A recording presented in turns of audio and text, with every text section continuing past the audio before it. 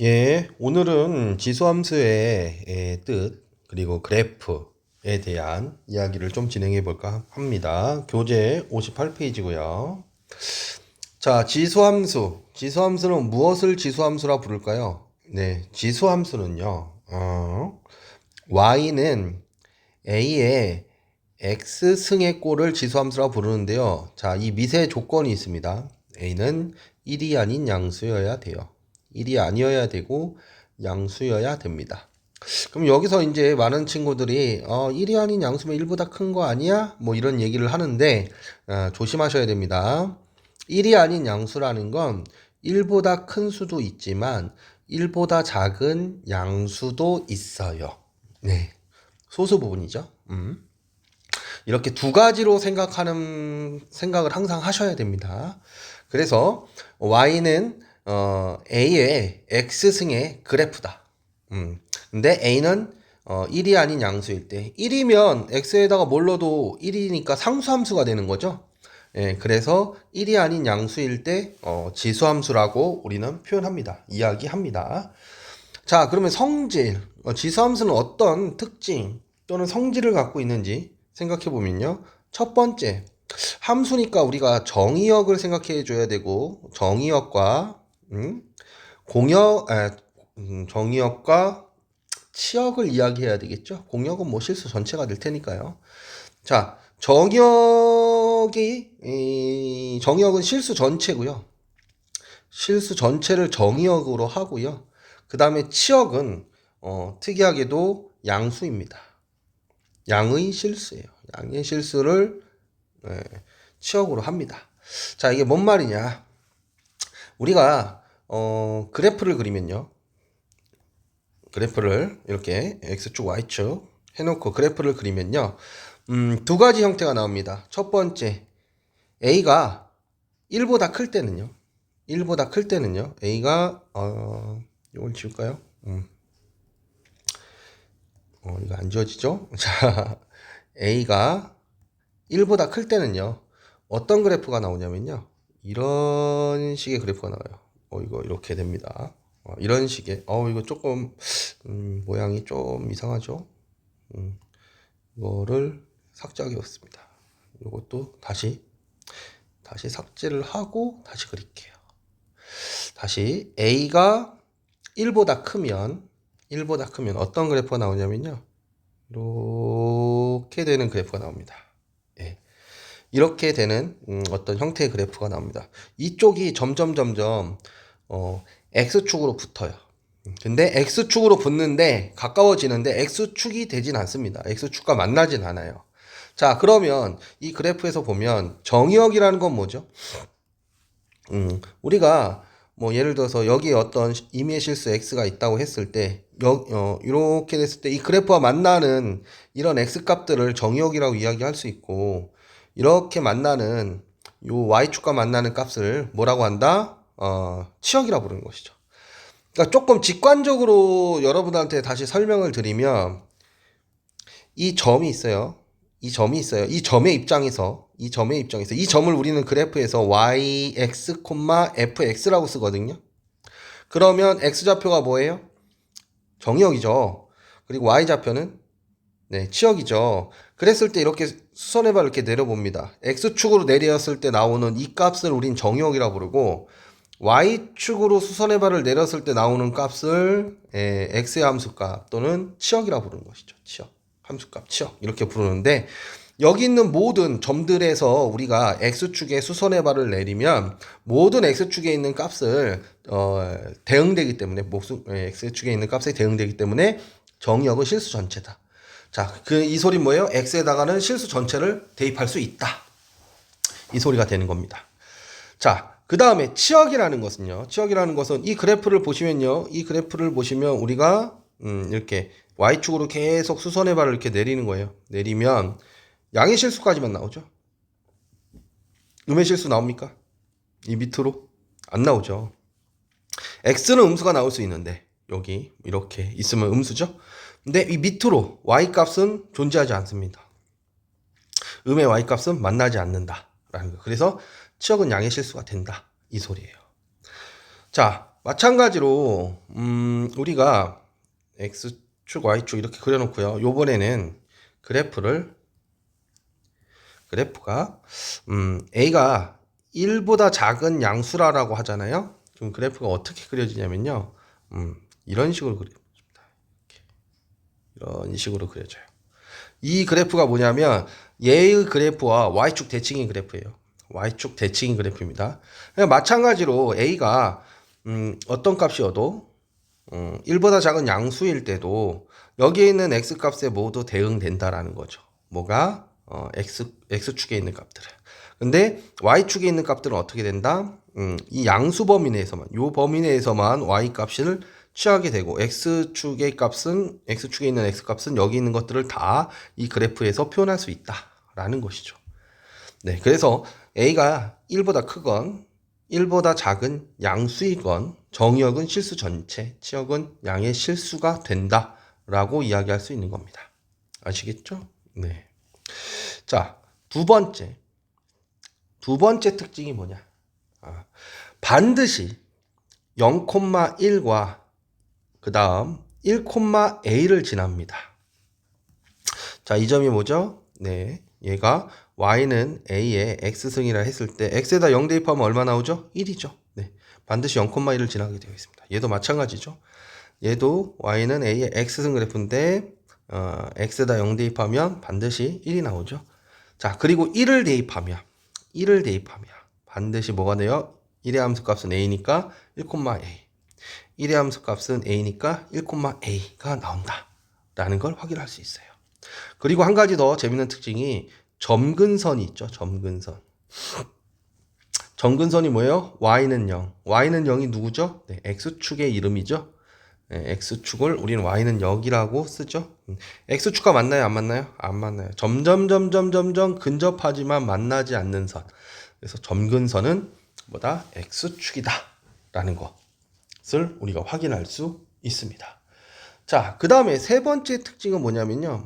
보시면 이 함수 중에서 제일 어려운 함수가 제가 2차 함수라고 말씀드린 이유는 2차 함수는 증가하다 감소하고 감소하다 증가하는데 이 녀석은 증가하면 계속 증가하고요. 그러니까 밑이 1보다 크잖아요. 그러면 증가함수입니다. 자, 증가라는 말을 수학적으로는 어떻게 표시하냐? x1이 x2보다 작으면, 그러니까 x2가 x1보다 크면 x1의 함수값하고 x2의 함수값 중에서 x2의 함수값이 크다. 이렇게 쓰면 이거를 우리말로 증가함수라고 읽는 거예요. 그러니까 증가함수를 수학적으로는 이렇게 표기합니다. 근데 보시면 얘 계속 증가하잖아요. 위로 올라가잖아요. 계속 내려가죠. 자, 그래서 1보다 작은 양수일 때는 뭐다? 그러면 감소함수다. 감소함수. 그럼 감소함수는 뭘까요? 정의가? 네. x2가 x1보다 뭐 할 때? 클 때 함수값이 x2의 함수값이 x1의 함수값보다 작아요. 그러면 이게 감소함수란 뜻입니다. 네. 그래서 요 표기를 갖다가 우리말로 감소함수란 말 대신에 수학적으로 표현할 땐 이렇게 표기해 준다. 계속 감소하죠? 네. 계속 감소하고 있습니다. 그러다 보니까 우리가 최대 최소 하기가 너무 좋아요.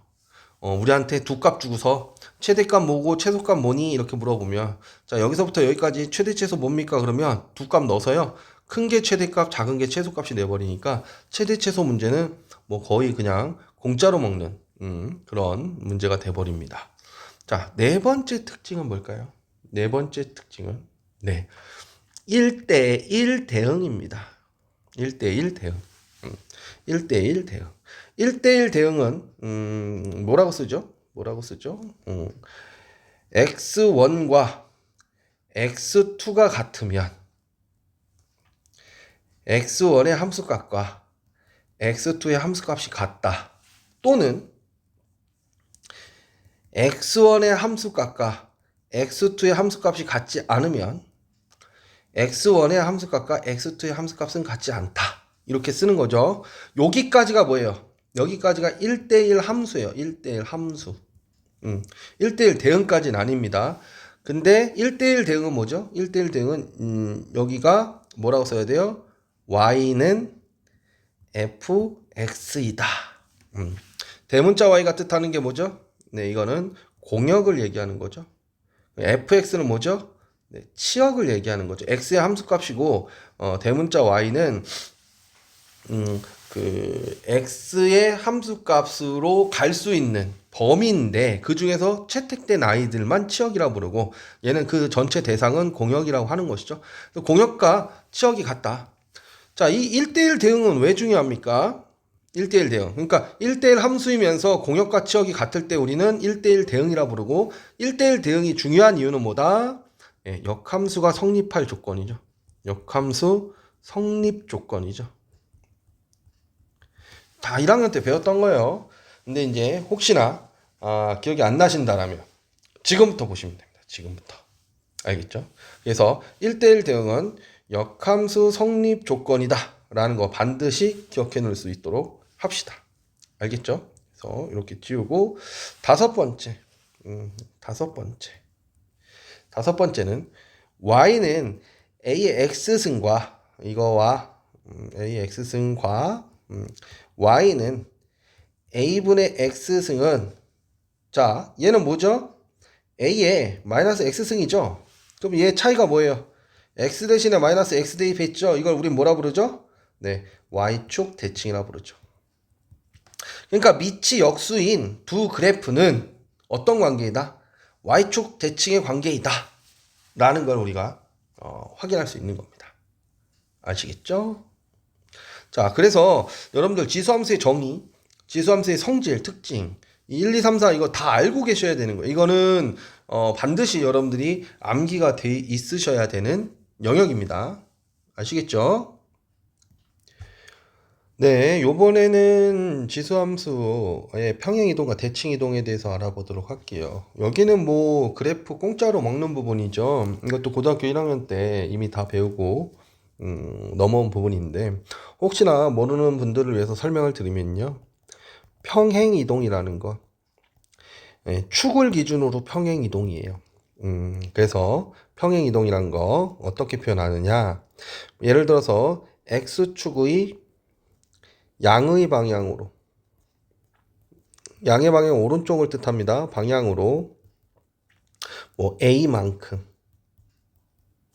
그 다음 y축의 음의 방향으로 b만큼 이동하라 이런 b만큼이라고 한다라면 얘는 뭐 대입하죠? x 대신에 x-a를 대입하고요. y 대신에 y-b를 대입하면 되는 것이죠. 네. 자, 그래서 우리한테 예를 들어서 요 편 x축의 방향으로 a만큼 y축의 방향으로 b만큼이란 표현은 두 가지로 쓸 수 있는데요. 점의 평행이동의 관점에서는 f라는 거 이렇게 콜론 표시하고 여기 x, y라고 하면 얘는 뭐가 돼요? 점이 되는 거죠. 그대로 덧셈 뺄셈이에요. x축의 방향으로 a만큼 y축의 방향으로 b만큼. 그러니까 점은 그대로 이렇게 계산하시면 된다는 소리예요. 그런데 도형의 평행이동은 어떻게 쓰죠?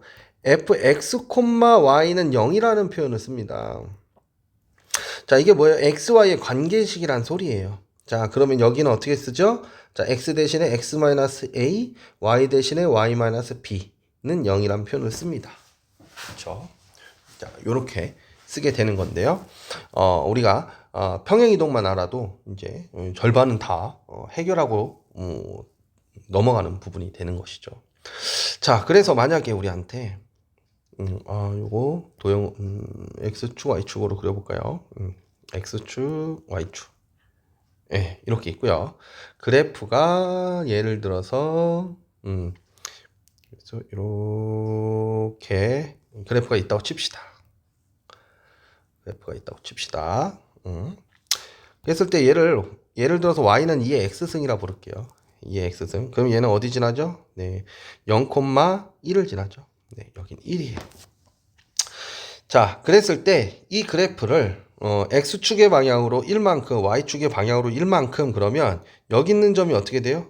네, x축의 방향으로 1만큼 오는 거예요. 1. 그 다음에 y축의 방향으로 1만큼 하니까 또 이제 y축의 방향으로 1만큼 이렇게 넘어가는 겁니다. 그래서 이렇게 돼서 2가 되는 거예요. 그래서 여기 있는 점이 어디로 가는 겁니까? 여기 있는 점이요. 율로 넘어가는 거예요. 이렇게 넘어가게 되는 것이죠. 그렇죠? 그래서 그래프를 어떻게 그리면 되죠? 그 그래프 식을 쓴다. 그러면 x축의 방향 1만큼, y축의 방향으로 1만큼이니까 y 대신에 y-1 이렇게 쓰고요. 이 x 대신에 x-1 이렇게 쓰시면 이제 정리해서 쓰겠죠. 우리는 2에 x-1 승 플러스 1 이렇게 쓰는데 이게 무슨 뜻이다? 이 그래프를 x축의 방향으로 1만큼 x축의 방향으로 1만큼? 자, 그러면 여러분들한테 조금 복사를 해서 아이고. 그럼 얘가 x축의 방향으로 1만큼, y축의 방향으로 1만큼 이렇게 이동한 그래프가 되는 거예요. 이렇게 이동한 그래프가 되는 겁니다. 아시겠죠? 네. 그래서 결론적으로 얘기하시면 x축의 양의 방향으로 a만큼, y축의 음의 이거 잘못 얘기했네요. 음의 방향이란 표현을 썼네요. 양의 방향입니다. 죄송합니다. 양의 방향으로 b만큼 이동했다라는 건 이렇게 표현해 주시면 되고, 그대로 x 대신에 x축의 양의 방향으로 a만큼이라고 하면 x 대신에 x-a, y축의 양의 방향으로 b만큼이라면 y 대신에 y-b 넣으면 끝나요. 예. 자, 그 다음 대칭이동. 대칭이동은 뭘까요? 대칭이동. 이 그래프는 이렇게 두고 해볼까요? 대칭이동은 뭘까요? 대칭이동이라는 건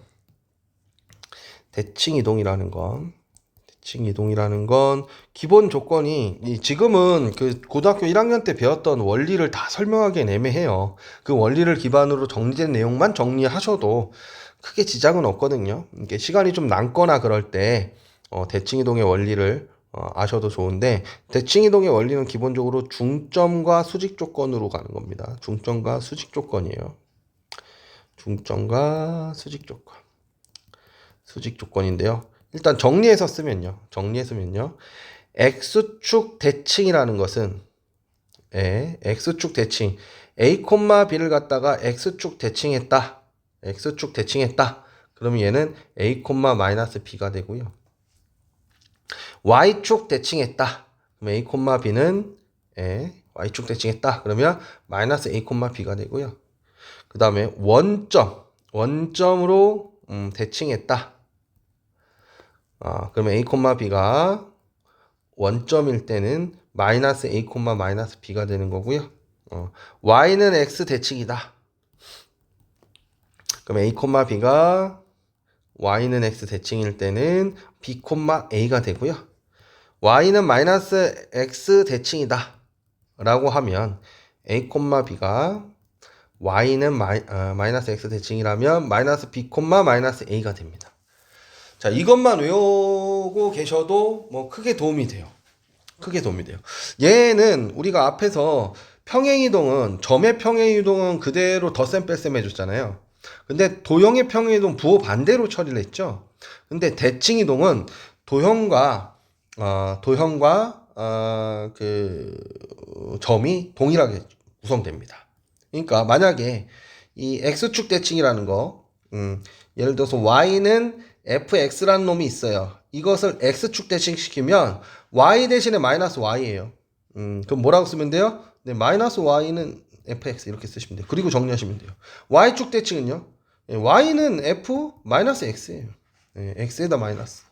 자, 원점 대칭은요? 마이너스 y는 f 마이너스 x 이렇게 쓰시면 되고요. 마이너스 x 대칭은 x는 fy가 되는 거예요. 자, 그리고 y는 마이너스 x 대칭은 마이너스 x는 f 마이너스 y 이렇게 써주시면 됩니다. 그대로. 그래서 평행이동과 대칭이동은 고등학교 1학년 때 공부하셨던 분들은 공짜로 먹고 지나가는 부분입니다. 근데 혹시나 공부가 안 되셨다면 일단 여러분들 지금 오늘 제가 설명한 거 반드시 암기가 돼 있으셔야 돼요. 반드시 암기를 하고 넘어가셔야 됩니다. 그래서 반드시 기억해 둘 수 있도록 합시다. 네.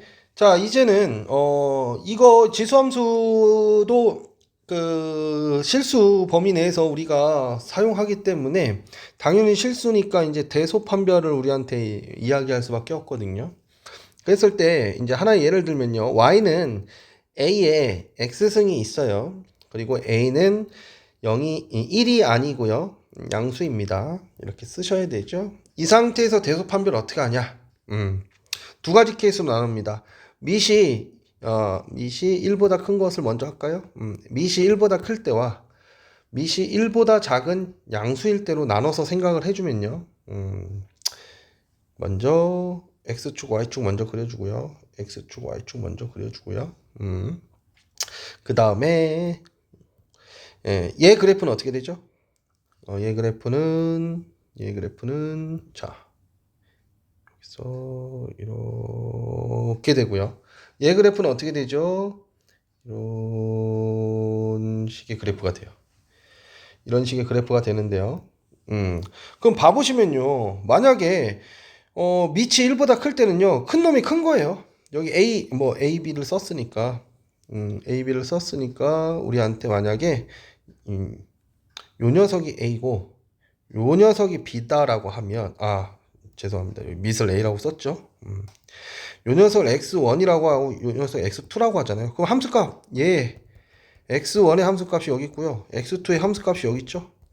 그러니까 뭐예요? 증가함수기 때문에 정의역의 값이 크면 클수록 치역의 값도 큽니다. 그러니까 만약에 우리한테 뭐 3에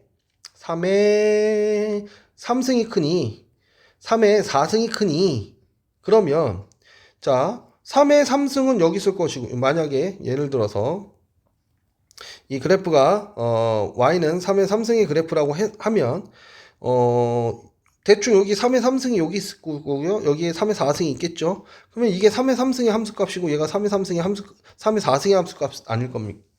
겠죠.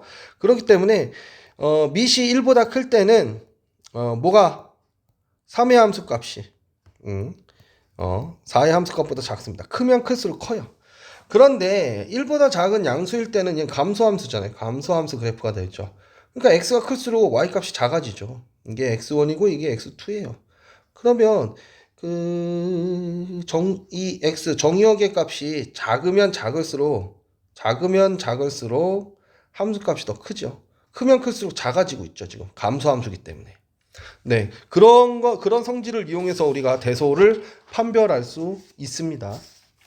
자, 여기까지 이론 설명을 해봤고요. 사실은 여기 이론이 그렇게 많지 않아요. 많지 않고 우리가 그래프 그리고 활용하는 그런 연습만 좀 하시면 되는데 여기 있는 그래프적인 지식이 사실은 매우 가벼운 이유가 고등학교 1학년 때 다 그래프에 대한 또는 함수에 대한 이야기들을 다 하고 넘어왔기 때문에 여기서는 그대로 그런 1학년 때 배웠던 함수와 그 다음에 그래프적인 요소에다가 지수라는 특징만 얹으면 되기 때문에 굉장히 빠르게 끝나는 거거든요.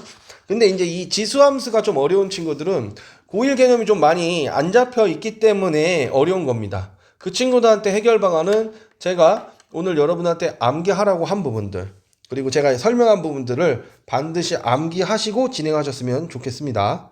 자, 여기까지 이론 수업을 마치고요. 문제풀이를 다음 편에서 시작하도록 하겠습니다.